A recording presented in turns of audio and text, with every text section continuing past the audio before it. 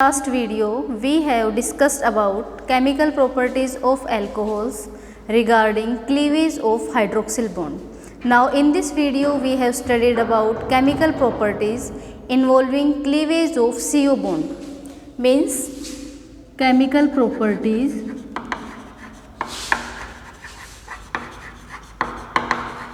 involving cleavage of R O bond CO bond. Yes, suppose करो हमारा alcohol है methanol, तो इस बॉन्ड का क्लीवेज होगा. मीन्स कार्बन और ऑक्सीजन के बीच के बॉन्ड का क्या होगा, क्लीवेज होगा. तो सबसे पहली जो केमिकल प्रॉपर्टी है वो है reaction of alcohols with alkyl halides with hydrogen halides. Hydrogen halides ये हमारी सबसे पहली रिएक्शन है. तो जनरल रिएक्शन हम लिखेंगे एल्कोहल की रिएक्शन किसके साथ लिखी है, HX.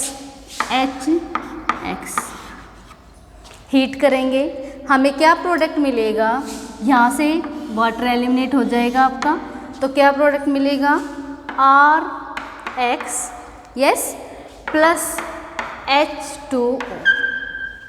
ये हमारा जनरल, इस रिएक्शन का जनरल जो प्रोसीजर है वो ये रहेगा. अब हमें क्या देखना है कि यहाँ पे H और X, H is the hydrogen, X क्या है, X में भी fluorine, chlorine, bromine and iodine. Means आपके पास HF भी हो सकता है, HCl भी हो सकता है, HBr भी हो सकता है, HF. लेकिन HF एक्सप्लोजिव है तो हम मोस्टली रिएक्शंस किसके साथ पढ़ते हैं, क्लोरीन, ब्रोमीन और आयोडीन के ही साथ. यस. अब R जो है आपका वो क्या हो सकता है, प्राइमरी एल्कोहल भी हो सकती है, सेकेंडरी एल्कोहल भी हो सकती है, टर्सरी एल्कोहल भी हो सकती है. तो अब इस रिएक्शन के दौरान हमने ये देखना है कि यहाँ पे तो एल्कोहल होगी आपकी, बट एल्कोहल में भी primary, may be secondary and may be tertiary. And in case of halogen halides, hydrogen halides, X में भी क्लोरीन, X में भी ब्रोमीन एंड X में भी आयोडीन. तो इनका जो रेट ऑफ रिएक्शन होगा या मैकेनिज्म ऑफ रिएक्शन होगा वो भी डिफरेंट होगा. अगर आपकी एल्कोहल प्राइमरी एल्कोहल है तो मैकेनिज्म कौन सा होगा, SN2. अगर आपकी रिएक्शन एल्कोहल टर्सरी एल्कोहल है तो मैकेनिज्म रिएक्शन का कौन सा होगा, SN1. तो सबसे पहले हम करेंगे, सबसे सिंपलेस्ट हाइड्रोजन हैलाइड लेंगे, वो क्या लेंगे हम, HCl. सबसे पहली रिएक्शन मीन्स हमने कोई भी एल्कोहल ली, उसकी रिएक्शन किसके साथ की, HCl के साथ. यहाँ पे आप लेंगे anhydrous zinc chloride. Anhydrous zinc chloride इसको बोलते हैं ग्रूव्स रिएजेंट. HCl और एनहाइड्रस जिंक क्लोराइड को क्या बोलते हैं, ग्रूव्स रिएजेंट. तो रिएक्शन क्या होगी, यहाँ पे तो क्या बन जाएगा, RCl प्लस H2O. मीन्स क्या बन गई, एल्काइल हैलाइड. ये आपकी रिएक्शन होगी. नाउ अब केस आता है कि अगर HCl की जगह हम HBr ले लें या हम HI ले लें, सेम रिएक्शन. यस. तो प्रोडक्ट क्या बनेंगे यहाँ पे, RBr प्लस H2O. यहाँ पे क्या बनेगा, RI प्लस H2O. यस. और किसके साथ रिएक्शन थी, एल्कोहल के साथ. यस. डिफरेंस क्या होगा, डिफरेंस ये होगा कि जो आपका HBr है और आपका HI है, इन दोनों में हमें एनहाइड्रस जिंक क्लोराइड जो एज कैटलिस्ट का काम करेगा उसकी ज़रूरत नहीं है. No need to take anhydrous zinc chloride because HI is very strong acid, then HBr, then HCl. यहाँ से क्या रिलीज होना है, H पॉजिटिव. यहाँ से भी क्या रिलीज होना है, H पॉजिटिव. और यहाँ से भी क्या रिलीज होना है, H पॉजिटिव. तो HI is the strongest acid. अगर हम एसिडिक ऑर्डर देखेंगे तो क्या होता है, HCl, HBr और HI. जैसे जैसे हम डाउन द ग्रुप जाते जाएंगे, आयोडीन क्लोरीन का साइज इतना है, ब्रोमीन का साइज और भी बड़ा होगा, आयोडीन का साइज़ और भी बड़ा हो गया। तो आयोडीन का साइज़ बड़ा होने के कारण हाइड्रोजन और आयोडीन के बीच में बॉन्ड की लेंथ बढ़ जाएगी। बॉन्ड की जब लेंथ बढ़ेगी तो बॉन्ड वीक हो जाएगा। बॉन्ड वीक होगा तो बॉन्ड जल्दी ब्रेक होगा, और जैसे ये बॉन्ड जल्दी ब्रेक होगा यहाँ से H पॉजिटिव आयन जल्दी रिलीज़ होगा। तो ऐसे सब्सटेंसेस या कंपाउंड्स जो H पॉजिटिव आयन को फास्ट रिलीज़ कर दे वो क्या होते हैं? Highly acidic. तो अगर हम ऑर्डर देखेंगे एसिडिटी का, तो ऑर्डर क्या होता है? HI is strongest acid, then Br, then HCl।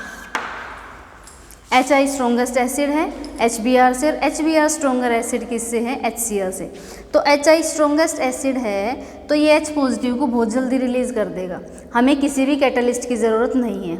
HBr भी ब्रोमीन का साइज़ भी बड़ा है तो ये भी H पॉजिटिव आयन को जल्दी रिलीज़ कर देगा, तो यहाँ भी हमें कैटलिस्ट की ज़रूरत नहीं है। लेकिन क्लोरीन के केस में जब भी हम एल्कोहल्स की रिएक्शन क्लोरीन के साथ करेंगे, HCl के साथ करेंगे, तो हमें एनहाइड्रस जिंक क्लोराइड कैटलिस्ट की ज़रूरत होती है। तो एक तो मेन डिफरेंस ये हो गया, ठीक है। तो सेम प्रोडक्ट सेम मिलेंगे, लेकिन हमने एक पॉइंट क्या नोट किया इस रिएक्शन से कि in case of hydrogen bromide and in case of hydrogen iodide we have not any need of catalyst. Which catalyst? Anhydrous zinc chloride. तो नेक्स्ट अभी एनहाइड्रस जिंक क्लोराइड के बारे में हमने पढ़ा कि हम इसको सिर्फ इसके अंदर ही यूज़ करेंगे जब HCl लेते हैं।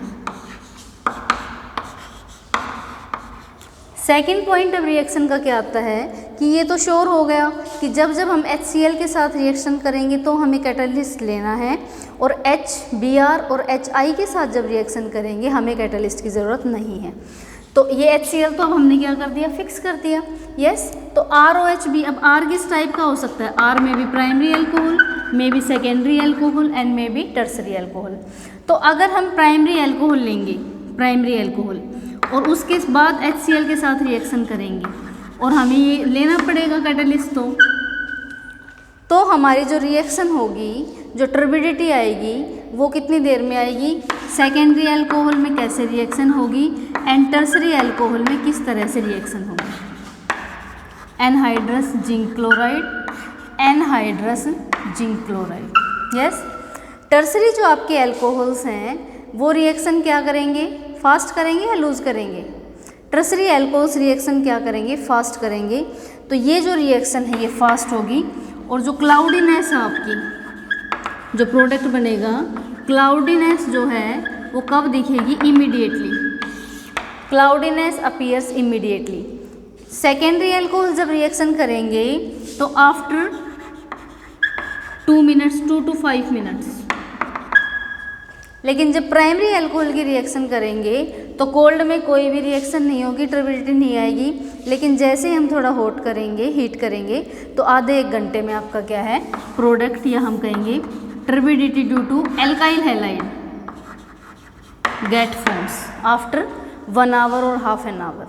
तो ये डिफरेंस है कि जब HCl के साथ रिएक्शन करेंगे तो टर्सरी एल्कोहल्स जब प्रोडक्ट बना देते हैं तो क्लाउडीनेस जो आएगी हमारे प्रोडक्ट में, क्लाउडीनेस से PPT बनेंगे आपके, वो अपीयर्स इमीडिएटली, जबकि जब दिखेंगे सेकेंडरी एल्कोहल्स में आफ्टर 2 to 5 मिनट्स दिखेंगे। And in tertiary alcohols cold solution में तो कोई भी रिएक्शन नहीं होगी, लेकिन जैसे ही आप थोड़ा सा हीट करेंगे तो टर्बिडिटी अपीयर्स होगी, but after half an hour और 1 आवर। इसका मतलब क्या हुआ? Tertiary alcohols are more reactive than secondary then primary. तो अगर हम ऑर्डर देखेंगे इस रिएक्शन के लिए तो आप ऑर्डर में क्या लिखेंगे? Tertiary alcohols are more reactive than secondary and then primary. तो ये जो टेस्ट है, इस टेस्ट का नाम है लूकास टेस्ट। तो कई बार क्वेश्चन एग्जाम्स में आपसे क्या पूछा जाएगा कि डिफाइन और distinguish a test, define a test और explain a test which distinguishes primary, secondary और टर्सरी एल्कोहल। मान लो आपके पास बीकर में एल्कोहल हैं, 3 बीकर दे दिए, एक बीकर में एक एल्कोहल है, दूसरी में दूसरी, मान लो तीनों में प्राइमरी, सेकेंडरी एंड टर्सरी है, बट आप देखने में नहीं बता पा रहे कि which one alcohol is which. Yes. तो आप उसके लिए क्या टेस्ट करेंगे? Lucas test. Lucas test is used to distinguish the primary, secondary and tertiary alcohols. तो लूकास टेस्ट को हम एक बार लास्ट में जब ये चैप्टर ख़त्म होगा तो अच्छे से एक्सप्लेन करेंगे, ठीक है, स्पेशल।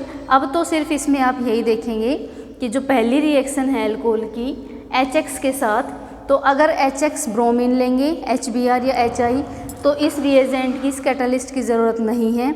अगर HCl लेंगे तो हमें कैटालिस्ट चाहिए, तो HCl लेंगे तो भी हमारे पास 3 ऑप्शन फिर जनरेट होते हैं। 1 option is for primary alcohol, then for secondary, then for tertiary alcohol. तो प्राइमरी अल्कोहल के साथ रिएक्शन वेरी स्लो होगी, सेकेंडरी के साथ थोड़ी सी फास्ट होगी, और टर्सरी अल्कोहल के साथ रिएक्शन क्या होगी, वेरी फास्ट होगी। तो Lucas test is use to distinguish between primary, secondary and tertiary alcohol. Last video में हमने कौन सी रिएक्शंस पढ़ी थी, वो वाली रिएक्शंस जहाँ क्लीवेज किसका हो रहा था, OH बॉन्ड का, और वहाँ पे ऑर्डर था primary, then secondary, then tertiary. लेकिन आज हम जो रिएक्शंस पढ़ेंगे उसमें किस बॉन्ड का क्लीव हो रहा है, R और O, मतलब C और O बॉन्ड जो है उसका क्लीवेज हो रहा है। उसके लिए जो आपका ऑर्डर रहेगा वो क्या रहेगा, tertiary, then secondary, then primary. तो क्लीवेज जब CO बॉन्ड का होगा तो हमेशा टर्सरी अल्कोहल्स ज़्यादा एक्टिव होंगे, देन सेकेंडरी, देन प्राइमरी। उसका रीज़न मैं अभी आपको एक्सप्लेन करती हूँ थोड़ी देर में। पहले हम इस रिएक्शन का मैकेनिज्म रीड आउट करेंगे।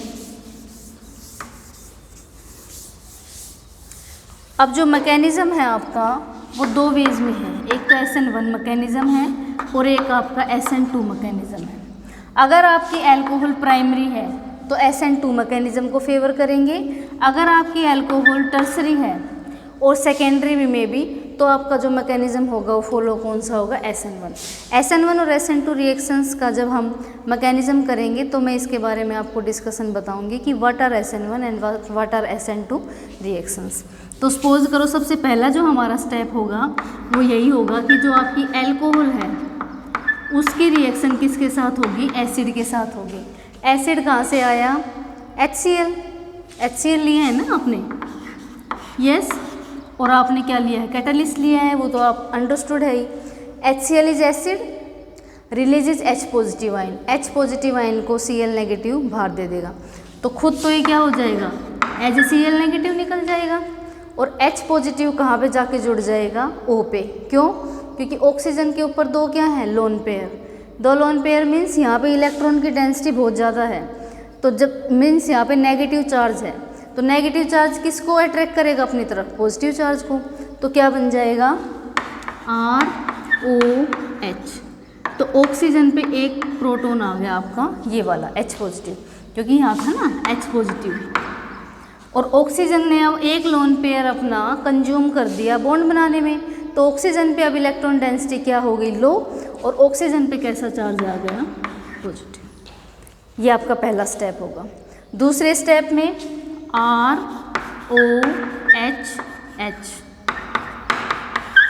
नाउ यहाँ पे ये जो मॉलिक्यूल है ये क्या है, अनस्टेबल है, because positive charge is present on the molecule, और वो भी किस पे, ऑक्सीजन एटम पे। Oxygen is highly electronegative, it can not accommodate positive charge. ये चाहेगी जल्दी से जल्दी मैं पॉजिटिव चार्ज को अपने को न्यूट्रलाइज कर लूँ, तो न्यूट्रलाइज करने के लिए आप देखेंगे यहाँ से वाटर एलिमिनेट हो सकता है, H2O। तो ये जो बॉन्ड है इसको ऑक्सीजन लेके और एज ए वाटर बाहर निकल जाएगी। वाटर तो क्या निकल गया आपका बाहर यहाँ से, और आपके पास क्या बच गया, R पॉजिटिव। R पॉजिटिव क्या होता है, कार्बोकैटाइन। सपोज करो आपने यहाँ पे CH3 ले रखा था,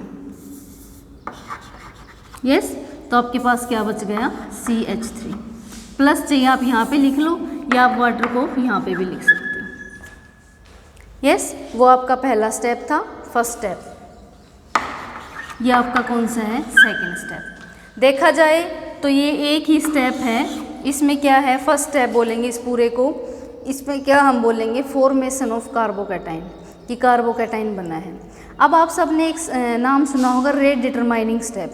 रेट डिटरमाइनिंग स्टेप क्या होता है, it is the slowest step reaction का, और स्लोवेस्ट स्टेप ही डिटरमाइन करता है कि जो रिएक्शन है उसका ऑर्डर क्या है। तो ये जो रेट डिटरमाइनिंग स्टेप है ये वाला है, RDS, means formation of carbocation is the rate determining step. तो रेट डिटरमाइनिंग स्टेप कौन सा है, ये वाला, क्योंकि इसमें क्या बना है आपका, कार्बोकैटाइन। तो आप देखेंगे यहाँ पे जो आपका रिएक्टेंट है वो सिर्फ एक है, सिर्फ एल्कोहल एल्कोहल है, यस। तो इसलिए हम इसको क्या बोलेंगे, SN1। 1 क्यों बोला, क्योंकि रेट डिटरमाइनिंग स्टेप में जो रेट ऑफ रिएक्शन है वो सिर्फ एक ही रिएक्टेंट के ऊपर डिपेंड करता है, मतलब यूनिमोलिकुलर है। क्या है, यूनिमोलिकुलर। तो रेट ऑफ रिएक्शन जब डिपेंड करता है एक ही मॉलिक्यूल पे तो वो यूनिमोलिकुलर हो जाते हैं। और S का मतलब क्या होता है, सब्स्टिट्यूशन। N का मतलब क्या होता है, न्यूक्लियोफिलिक। तो अब ये न्यूक्लियोफिलिक सब्स्टिट्यूशन रिएक्शन के थ्रू प्रोसीड होगा, तो SN का मतलब होता है न्यूक्लियोफिलिक सब्स्टिट्यूशन। और 1 का मतलब क्या होता है कि रेट ऑफ रिएक्शन किसके ऊपर डिपेंड कर रहा है, सिर्फ एक ही मॉलिक्यूल के ऊपर कर रहे हैं। नाउ नेक्स्ट स्टेप में अब जो आपका Cl नेगेटिव था इसको लिखेंगे प्लस कार्बोकैटाइन को लिखेंगे CH3 प्लस, यस। ये इसके ऊपर अटैक करेगा और आपका क्या बन जाएगा, CH3Cl। तो आपका प्रोडक्ट क्या बन गया, CH3Cl, एल्काइल हैलाइड आपका प्रोडक्ट बन गया। तो मीन्स रिएक्शन तो सिंपल सी थी आपकी। अगर जनरल रिएक्शन लिखेंगे तो क्या रिएक्शन थी, CH3OH प्लस HCl, क्या बना, CH3Cl प्लस H2O। बट इसका जो मैकेनिज्म था वो क्या था, ये था। फर्स्ट स्टेप में H पॉजिटिव ने अटैक किया वहाँ पे, सेकेंड स्टेप में यहाँ से वाटर निकला, आपका क्या बन गया, कार्बोकैटाइन। और थर्ड स्टेप में जो Cl नेगेटिव यहाँ एलिमिनेट हुआ था उस Cl नेगेटिव ने H पॉजिटिव ना, ये जो आपका कार्बोकैटाइनिक स्पीसीज इसके ऊपर अटैक किया और हमें आपका क्या मिल गया, CH3Cl मेन प्रोडक्ट। और वाटर कहाँ है, वाटर ये निकल गया, तो हमें 2 प्रोडक्ट मिले, यस। तो ये जो मैकेनिज्म है इसको क्या बोलेंगे, SN1 मैकेनिज्म। लेकिन इसके लिए हमें क्या ध्यान रखना पड़ेगा कि यहाँ पे जो आपने एल्कोहल ली है वो कौन सी होनी चाहिए, टर्सरी। सबसे बेस्ट तो क्या है, टर्सरी, या फिर क्या होनी चाहिए, सेकेंडरी। क्योंकि यहाँ पे क्या जनरेट हो रहा है, कार्बोकैटाइन। और कार्बोकैटाइन कौन सा ज़्यादा स्टेबल होता है, टर्सरी। अगर कार्बोकैटाइन्स का ऑर्डर देखोगे, order of carbocation is tertiary, then secondary, then primary. Tertiary carbocations are more stable, then secondary, then primary. तो यहाँ पे जब टर्सरी एल्कोहल होगी तो जनरेट भी कार्बोकैटाइन कौन सा होगा, tertiary, and that is more stable. अगर सेकेंडरी एल्कोहल होगी तो भी रिएक्शंस किसके मैकेनिज्म से होंगे, SN1 से। लेकिन अगर प्राइमरी एल्कोहल होगी तो प्राइमरी कार्बोकैटाइन बनेगा जो कि सबसे क्या है, लेस एक्टिव है, लेस स्टेबल है, यस। स्टेबल नहीं है तो क्या होगा, ज़्यादा एक्टिव होगा, लेस एक्टिव नहीं, सॉरी, लेस स्टेबल। और जो जितना स्टेबल कम होगा वो उतना ही ज़्यादा एक्टिव होगा, रिएक्टिव स्पीसीज होंगी। इसलिए SN2 अगर प्राइमरी एल्कोहल होगी तो मैकेनिज्म कौन सा होगा, SN2। तो नेक्स्ट वीडियो में हम SN2 मैकेनिज्म से रिएक्शन को प्रोसीड करेंगे। ये इस वीडियो में हमने पढ़ा कि जो SN1 मैकेनिज्म होता है वो किस तरह से होता है, SN1 का मीनिंग क्या है, कितने स्टेप में रिएक्शंस होती हैं, एंड लुकास टेस्ट के बारे में भी हमने स्टडी किया। Thank you for this video. In the next video we will study about SN2 mechanism. Thank you.